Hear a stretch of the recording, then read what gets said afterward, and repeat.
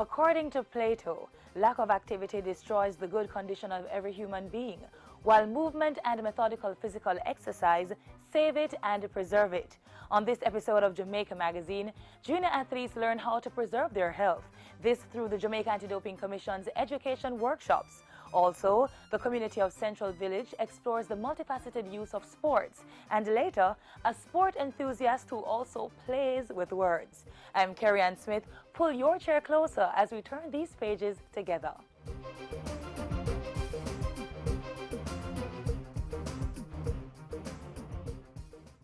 It's enlightening, informative, and exclusive. It's the Jamaica Sports Exhibit magazine showcasing the journey. G.C. Foster, Arthur Wint, and George Headley. Want to know how they all started? What about learning how sport is being developed in this tropical paradise? Get all these interesting facts and more in this easy-to-read page-turner. It's a keepsake that you'll cherish for years. To get your copy, contact the Jamaica Information Service, 58A Halfway Tree Road, Kingston 10, or call 926-359-024. The Jamaica Sports Exhibit magazine, showcasing the journey.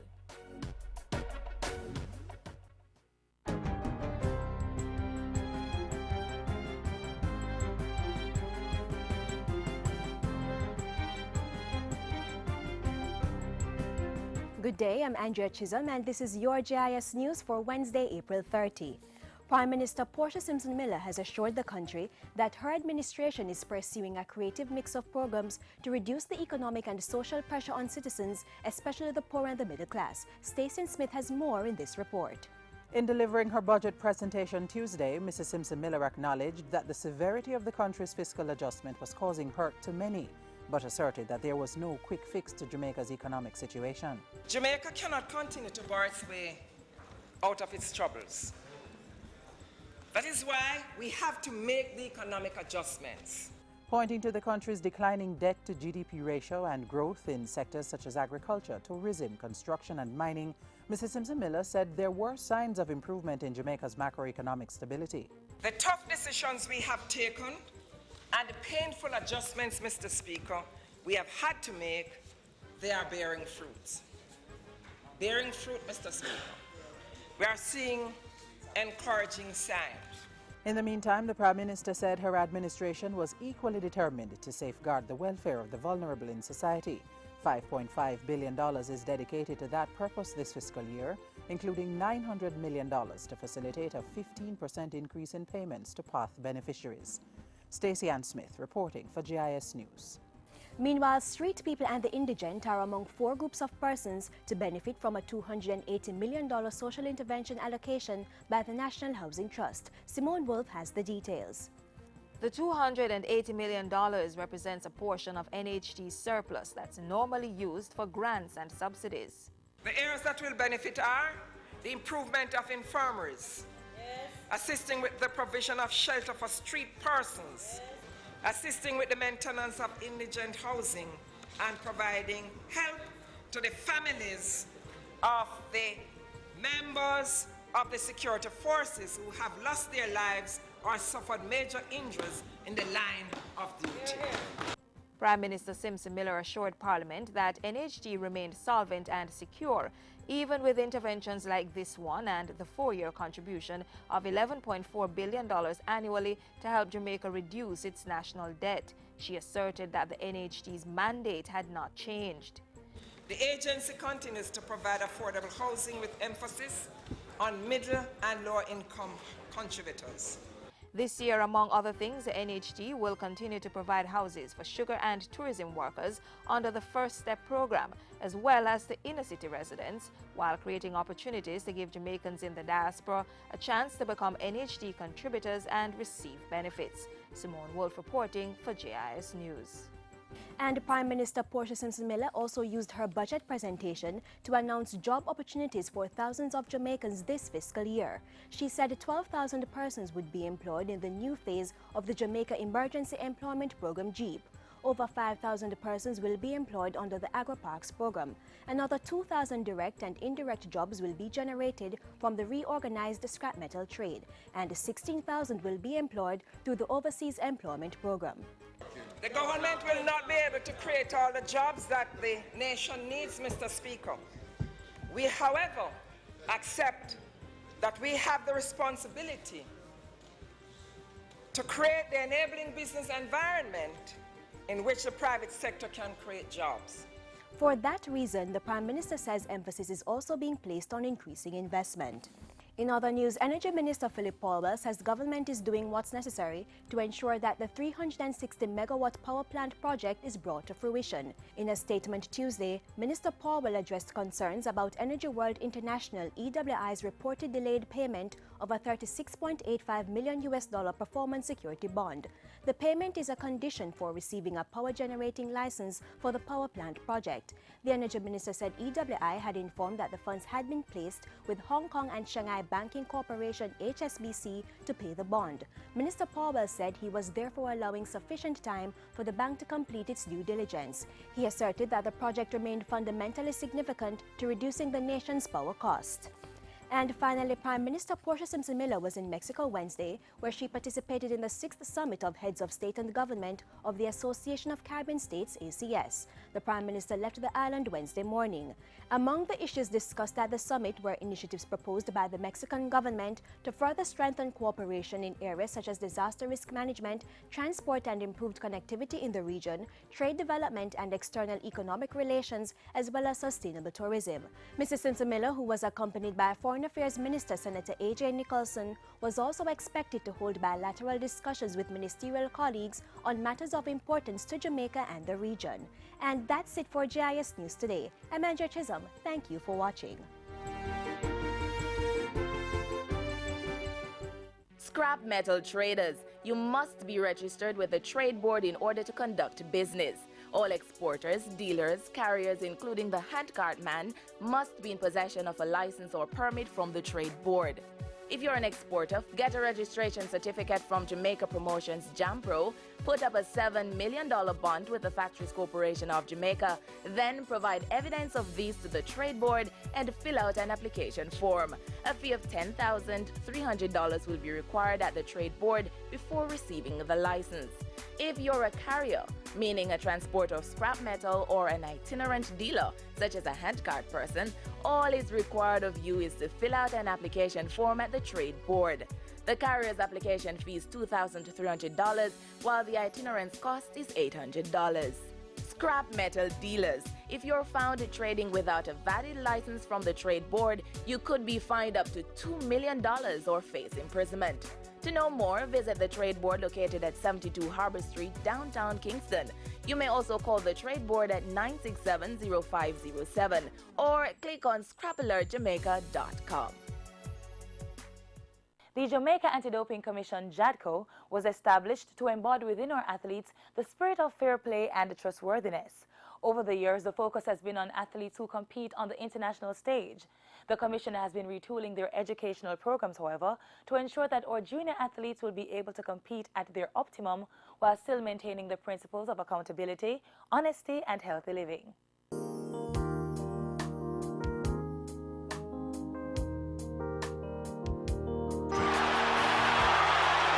They are always striving to achieve greatness.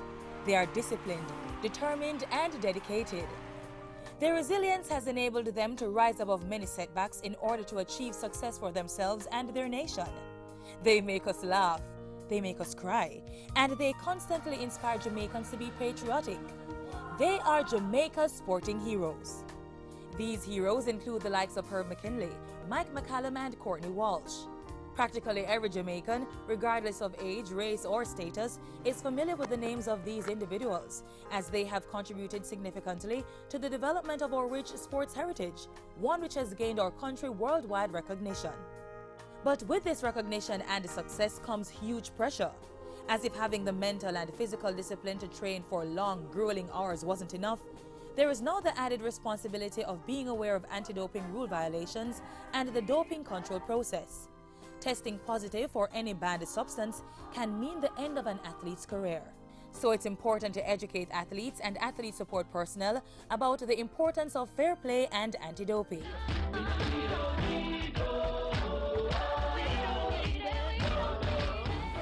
That's exactly why the nation's anti-doping organization, the Jamaica Anti-Doping Commission, JADCO, in partnership with the Jamaica Athletics Administrative Association, J3As, recently collaborated to host a series of junior athletes anti-doping education workshops in several regions island-wide. The first stop was Kingston at the Jamaica Conference Center, where junior athletes and athlete support personnel came from schools within the capital, St. Andrew and St. Thomas.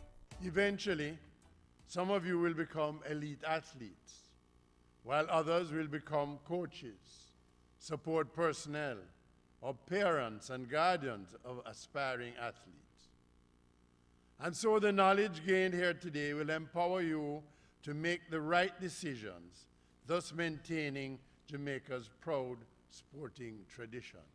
We would not want a situation where, because we have not shared the knowledge and tried to spread the knowledge, that they don't understand what to do, because, as you know, there's the strict liability rule under the water code. So if you have a banned substance in you, it's your responsibility however you ingested it, and sometimes persons need guidance. This is where the journey starts. Some of you will go on to represent your schools and Jamaica internationally, and you will be tested when you do so. We need, as a prelude to any testing program, to ensure that you are educated, as we would not want a positive test to come from cold medicines, as can happen. Keynote speaker at the inaugural function, Minister without portfolio with responsibility for sport, Natalie Nita Headley, also stressed the importance of understanding the rules governing fair play. We also have a duty to ensure that every person who makes up the athlete support personnel team is equally educated and aware of what is required to ensure that every Jamaican athlete, junior or senior, regardless of sporting discipline, is a clean athlete. That's the message JADCO echoed as the workshop was implemented in the parishes of St. Catherine, Manchester, St. James, and Portland. At each workshop, participants were given insightful presentations on the doping control process, banned substances, as well as the role of support staff such as coaches, teachers, doctors, and even parents. The interactive sessions also presented participants with opportunities to seek clarification through question and answer segments. But how exactly did the participants benefit from the workshops? It was an interesting workshop. I learned a lot, especially when it comes to support group. I didn't know that coming soon, a lot of responsibility will be on the support group, and I think that's important because they too play a very important role in the life of an athlete, and they are some of the ones who encourage them to really take performance-enhancing drugs. I actually see what the process is like, and I was really thrilled to see that. I was happy that the students that I brought actually saw it. Well, the workshop is about anti-doping, and I think it is very important because I think if athletes take drugs, it is unfair to other athletes which have better potential than them, but because they're taking the drugs, they are getting the spotlight. Before, I didn't know some of the prohibited drugs that were out there, because I didn't know that most of the cold syrups that we're taking and most of the pills that we're taking, I didn't know that most of them had illegal substances in it. I want to say to JADCO, they are doing a good job. They are indeed doing a good job, because even most of the things that they discuss here, we didn't have any knowledge of it, but because of this workshop, it has increased our knowledge, and now we are now knowledgeable, and we can now stand up and talk pertaining to different aspects of sport, of the sporting world and the sporting field. The Jamaica Anti-Doping Commission, which was formally established in 2008, has been promoting good ethics in sports through education, testing, and advocacy. For more information on JADCO, contact their Communication and Education Department at 929-3500 or send an email to commed@jadco.gov.jm.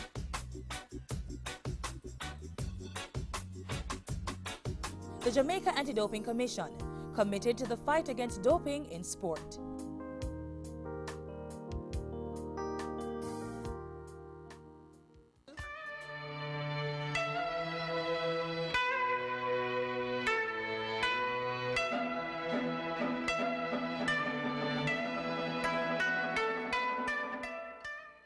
According to George F. Will, sports serve society by providing vivid examples of excellence.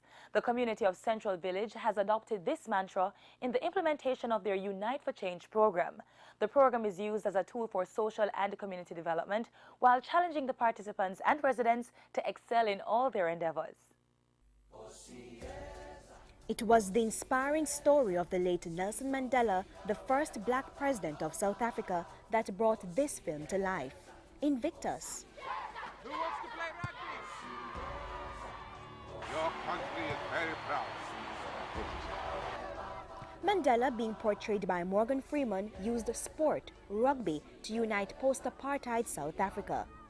Here in Jamaica, organizations and individuals working in the community of Central Village in St. Catherine are employing a similar strategy. Through sport, the community is uniting for change. Citizens are coming together to bring back the love and maintain the peace in their community.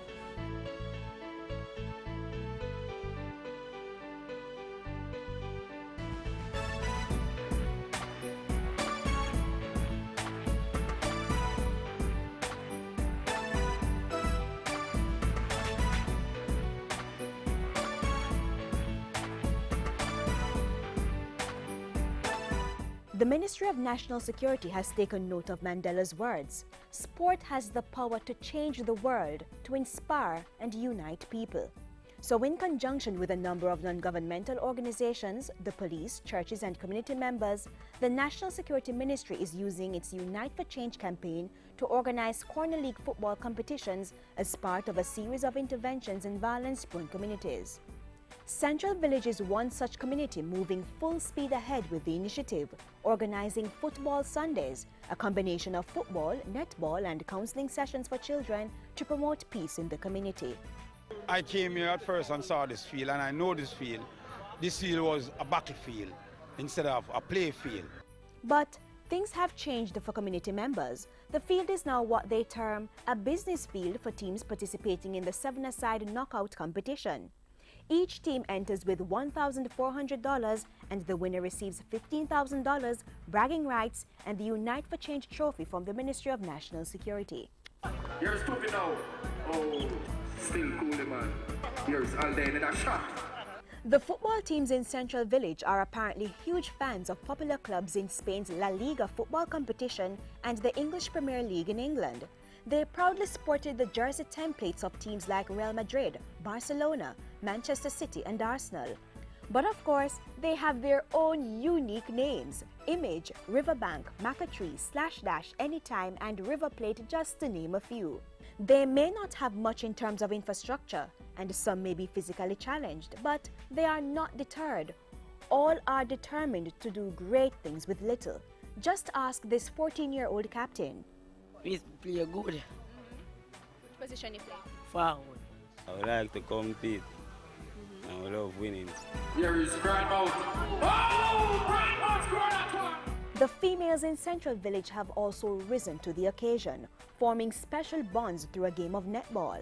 The sporting competitions have breathed new life into the St. Catherine community, bringing out scores of individuals on Sundays to socialize and restore peace. Even the animals seem contented. Everybody's at peace. Big Lynn and Little Lynn that used to war, there are no war anymore. And I congratulate the police as well and the people who take part. It's wonderful. We can come out, we can have fun. We can just do about what the Lord has set us to do on earth. Enjoy ourselves and be glad and happy. Boys and girls who normally used to be involved in, hating each other, cursing, fighting and all these things, have been united since this. So it's something that is very good for the community.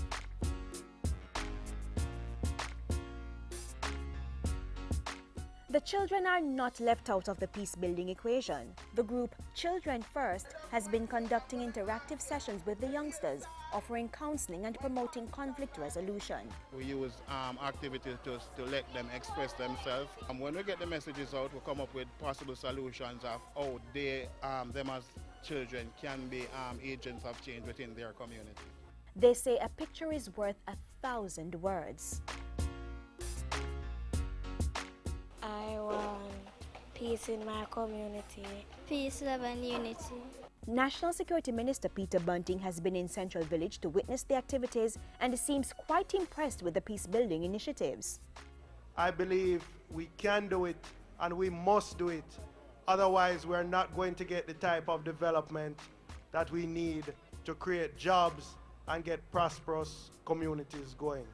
The goal now is to sustain the program, and that's where the Citizen Security and Justice Program, CSJP, will come into play. Out of all these programs, we see where persons can traverse anywhere they want to go in the community, and we see a level of unity. The Violence Prevention Alliance will also be monitoring the activities. Is the crime really going down in the community? Is there a commitment towards building that peace? Corporate Jamaica is invited to come on board and help the residents in Central Village develop a structured sports program and other amenities needed for social upliftment. Even though we had a whole lot of war in our past, we can live together and come back together and bring any community back together, because if Central Village can be together, we all can be together. Central Village in St. Catherine, uniting for change, using sports and counseling sessions to bring members together and promote peace in the community. To paraphrase a quote from Mother Teresa, they know they may not be able to change the world, but they are casting a stone across the waters and creating a ripple effect.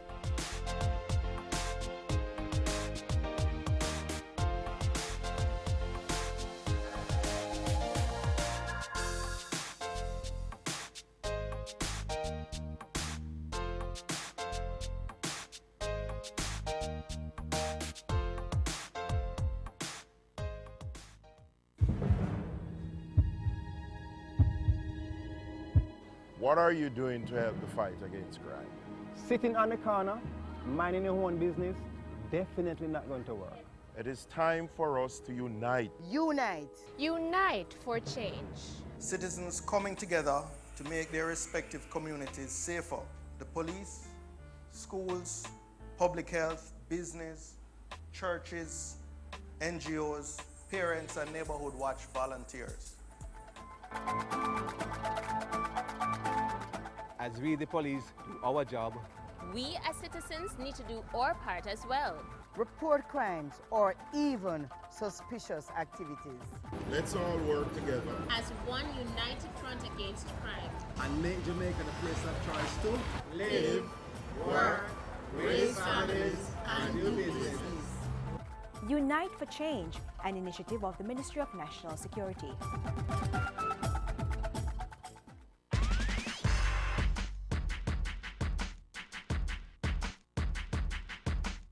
Whether it's standing in front of a goal, jumping towards a hoop, or mastering pace bowling, sport and physical education provide a host of benefits to children. They learn the importance of such key values as honesty, teamwork, fair play, respect for themselves and others, and adherence to the rules. They learn how to be competitive and how to handle both winning and losing. It also leads to better academic performance in the development of problem-solving skills. When the team is doing better in the field and in the classroom, individual players are also driven to do better. So encourage your child to get involved, stay active and motivated, and through it all, maintain good sportsmanship.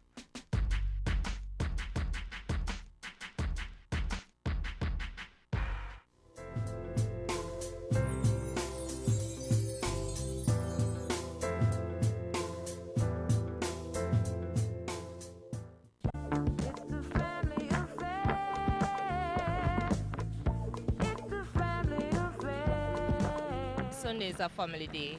We like cook together, talk, share ideas and help each other. We reason about things. I spend quality time with my family every day. It is very important because at the end of the day, you have children around you and you have to show them that, okay, this is the foundation, this is the way it's supposed to be. They keep the family together and in line, you know, and especially with the boys. Writing, whether poetry or prose, is also a creative form of exercise, albeit mentally. This is an ideal tool for contemplation and relaxation. In the upcoming feature, we will meet a man who has excelled in this craft, and he will remind us that the discipline you need on the track is the same discipline you need when using pen and paper.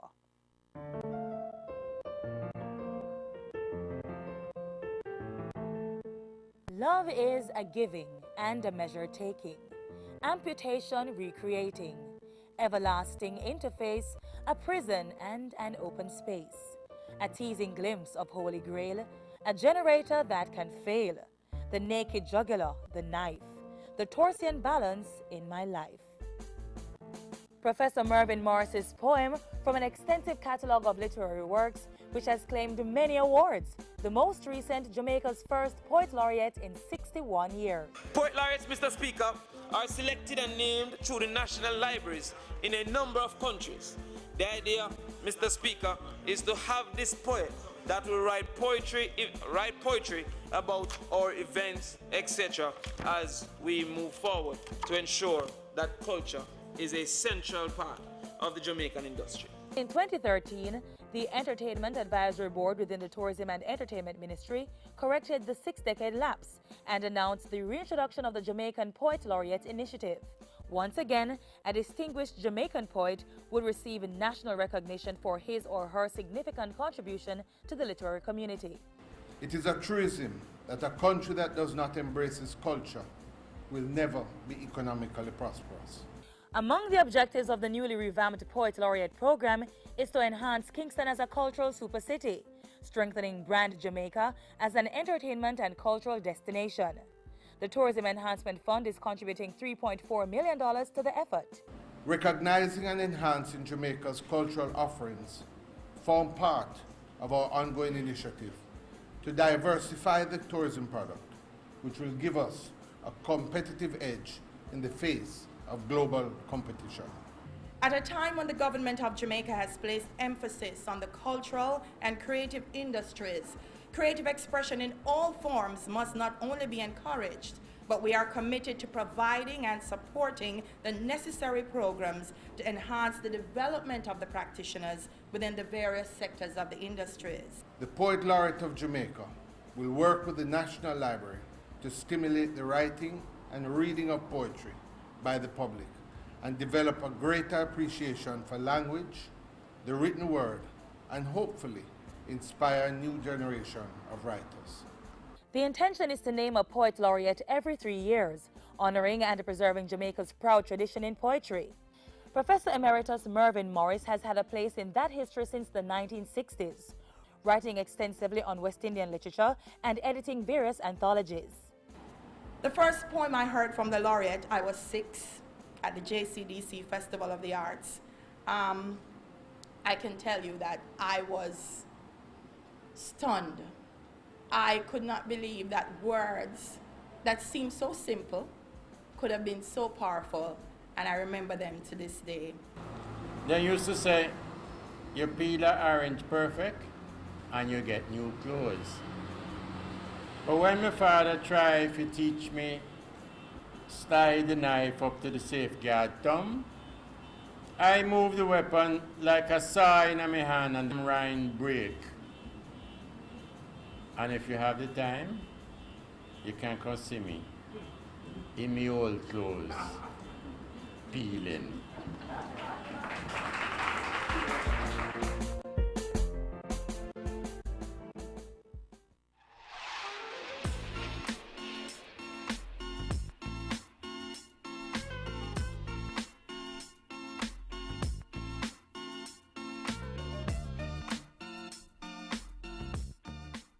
Visit our Facebook page and post a photo or send us a tweet about how you spend time with your child in a sporting or physical activity.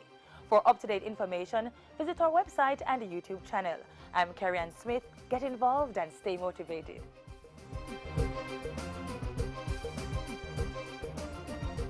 This has been a production of the Jamaica Information Service, the voice of Jamaica.